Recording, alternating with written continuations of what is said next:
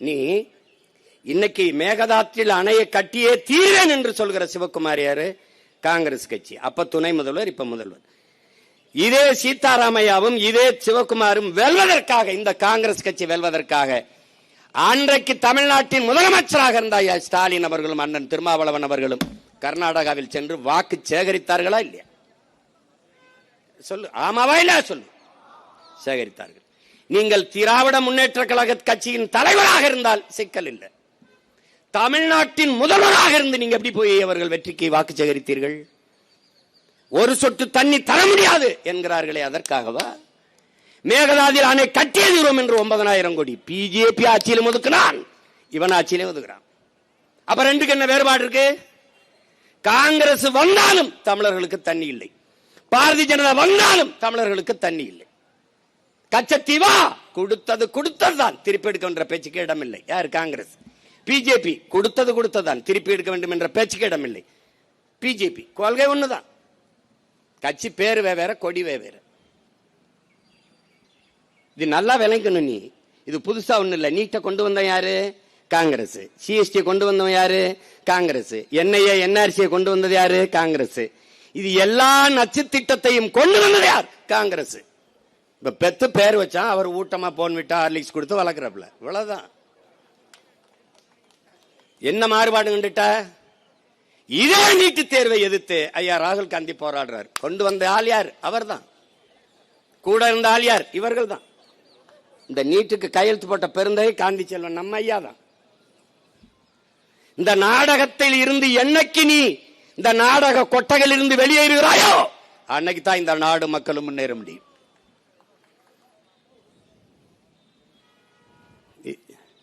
ஆன்றோரும் சான்றோரும் பிறந்து வாழ்ந்த மண்ணில் வள்ளுவன், கம்பன், கபிலன், இளங்கோ எவ்வளவு பெரிய அந்த இனமாடாது? அந்த இனத்திலே பிறந்திருக்க நீ? கேவலம். ஒரு தன்மானமிக்க ஒரு தமிழ் மகன் நீ எவனாவது எனக்கு ஒரு சொட்டு தண்ணி நீ தரமாட்டேன்னா, நீ என் மீனவ மக்கள் செத்தா நீ அதை பத்தி கவலைப்பட மாட்ட. என் இன மக்களை இங்க பாரு. இந்த காங்கிரஸ் உலகத்தில் ஒரு மூத்த தேசிய இனம். நம்ம ஒரு மூத்த தேசிய இனத்தின் மக்கள். 26,000 மக்கள் தொகை கொண்டவன் தனிநாடு அடைஞ்சு விடுதலை பெற்று வாழ்றான். 4 லட்சம் மக்கள் தான் வாழ்ந்திருக்கான். 4 லட்சம் மக்கள் தான் சேர்பியால இருந்து கொசவா விடுதலை ஆடுது. 10 ஆண்டுகால போராட்டம் தான். 13 கோடி தேசிய இனத்தின் மக்கள். நமக்கென்று ஒரு தேசம் இருந்து தனித்து பெருத்து சுதந்திரத்தோடு வாழக்கூடாதா? எங்களுக்கு கனவு இருக்க கூடாதா? எல்லாரும் போராடி பெற்றது விடுதலை. நாங்கள் அந்த விடுதலைக்காக போராடினது எப்படி பிரிவினவாதம், தீவிரவாதம் ஆகுது? அது ஏன் அப்படி ஆகுது? ஏன் ஆகுது? ஒரு தேசிய இனத்தின் தேச விடுதலை கனவை போச்சிக்கு நாசமாக்கின வரலாற்று பகைவன் காங்கிரஸ். 3 கையெழுத்தில் நம்ம இனத்தின் எதிர்கால தலையெழுத்தின் நாசமாக்கியவன் காங்கிரஸ்.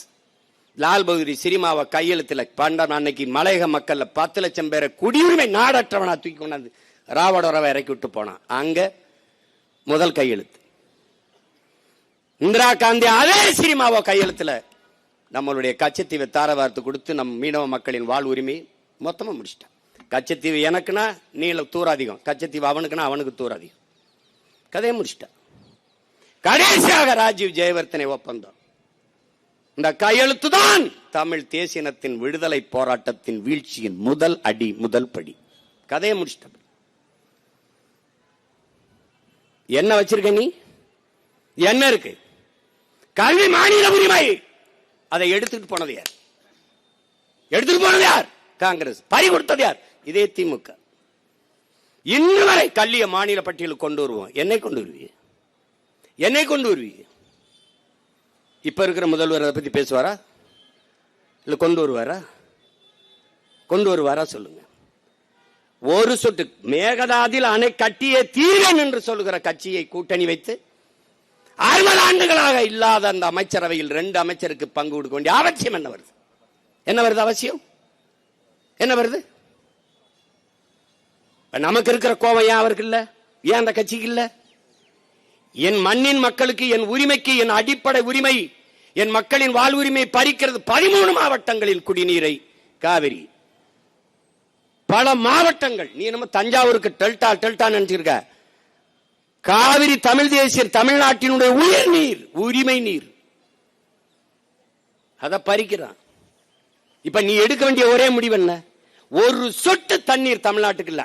அப்ப உன்னோட கூட்டும் இல்ல, என்னோட ஓட்டு உனக்கு இல்லடா. இந்த முடிவை மான தமிழ் மக்கள் எடுத்தால் அவன் வருவான். தமிழ்நாட்டிற்குள் தமிழனுடைய உரிமைக்கு, உணர்வுக்கு, உயிருக்கு எதிராக எவன் நின்றாலும் ஒரு ஓட்டு வாங்க முடியாதுங்கிற நிலையை, நெருக்கடியை நாம் உருவாக்கினால் நமக்கு முன்னாடி அவன் பேசுவான். இப்ப பேசாது. இப்ப பாரதிய ஜனதா இந்திய ஒன்றியத்தை ஆண்டு கொண்டிருக்குல்ல, அதுக்கு தெரியாம அது இசை தராம மேகதாட்டுல அணை கட்ட முடியுமா? கட்ட முடியுமா? எப்படி அனுமதிக்கிற நீ? எப்படி அனுமதிக்கிற? இப்ப மேகதாட்டுல அணையை கட்டுனா, கட்டக்கூடாதுன்னு பாரதிய ஜனதா அனுமதி தரலைன்னா அடுத்த முறை பாராளுமன்றத்தில் காங்கிரஸ் வென்றும் பாரதிய ஜனதா தோற்றும். அந்த அற்ப தேர்தல் வெற்றிக்காக ஒரு தேசியத்தின் உரிமையை பறிகொடுக்க அவர்கள் தயாராக இருக்கிறார். அப்ப நாம் என்ன செய்யணும்? என் உரிமையை பறிக்கிற உனக்கு என் நிலத்தில் ஒரு ஓட்டு கிடையாதரா என்ற முடிவை மான தமிழ் மக்கள் நாம் எடுக்கணும். இல்ல உன்னை எவனாலும் காப்பாற்ற முடியாது. உனக்கு இருக்கிற ஒரே கருவி, வலிமை மிக்க ஆயுதம், வாக்குதான்.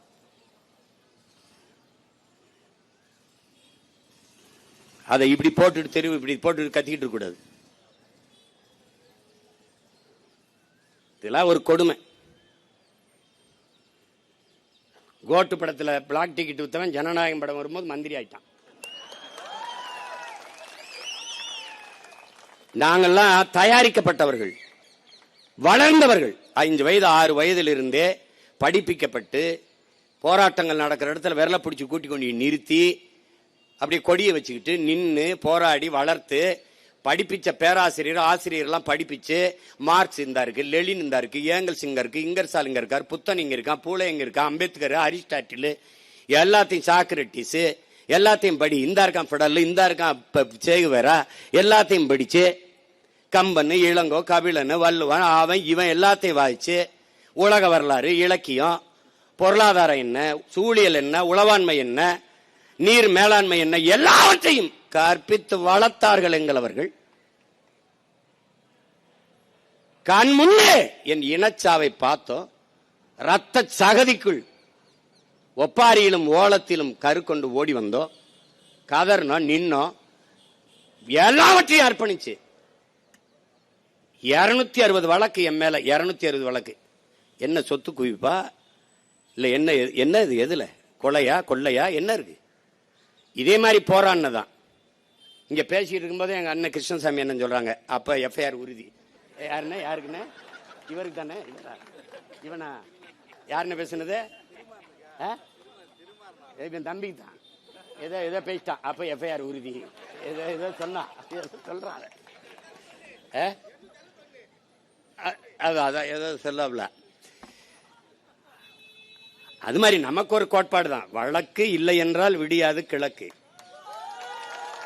சிறை என்றால் அதை நிறை, தடை என்றால் அது உடை. சரி, நான் கேட்கிறேன், வெள்ளக்காரன் சிறை கட்டினது யாருக்காக? நமக்கு. அப்ப நம்ம பிள்ளைகள்லாம் சொந்தக்காரெல்லாம் சட்டம் படிக்கிறதா இருக்கு, நமக்கு வழக்கு நடத்தத்தான். அவனுக்கு வேலை வேணும்னா நம்ம ஏதாவது பண்ணணும்ல. என் தம்பி ஸ்ரீதர்லாம் வந்திருக்காப்ல, மூத்த வழக்கறிஞர். அப்ப அவரெல்லாம் நம்ம பண்ணணும். என்ன பண்ணணும்? கொலை பண்ணக்கூடாது, உரிமைக்காக போராடணும். அதுக்காக வந்ததுன்னா எதிர்த்து நிக்கணும்.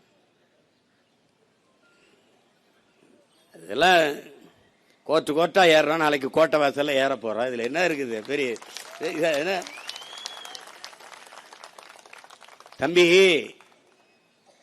புரட்சி என்பது ஒரு தலைகீழ் மாற்றம். மாறாது என்ற சொல்லை தவிர இங்க எல்லாம் மாறிடும். இன்னைக்கு மேல இருக்கிறவன் ஒரு நாள் கீழே வருவான், இன்னைக்கு கீழே இருக்கிறவன் நாளைக்கு மேல போவான். இன்னைக்கு கோட்டையில் இருக்க ஒரு நாள் கொடியை பிடிச்சி இங்க கத்தி இருப்பான், இங்க கத்தி இருக்க ஒருத்தன் கோட்டைக்கு போவான். அதுதான் புரட்சி. அதுக்கு பேர் தான் தலைகீழ் மாற்றம்.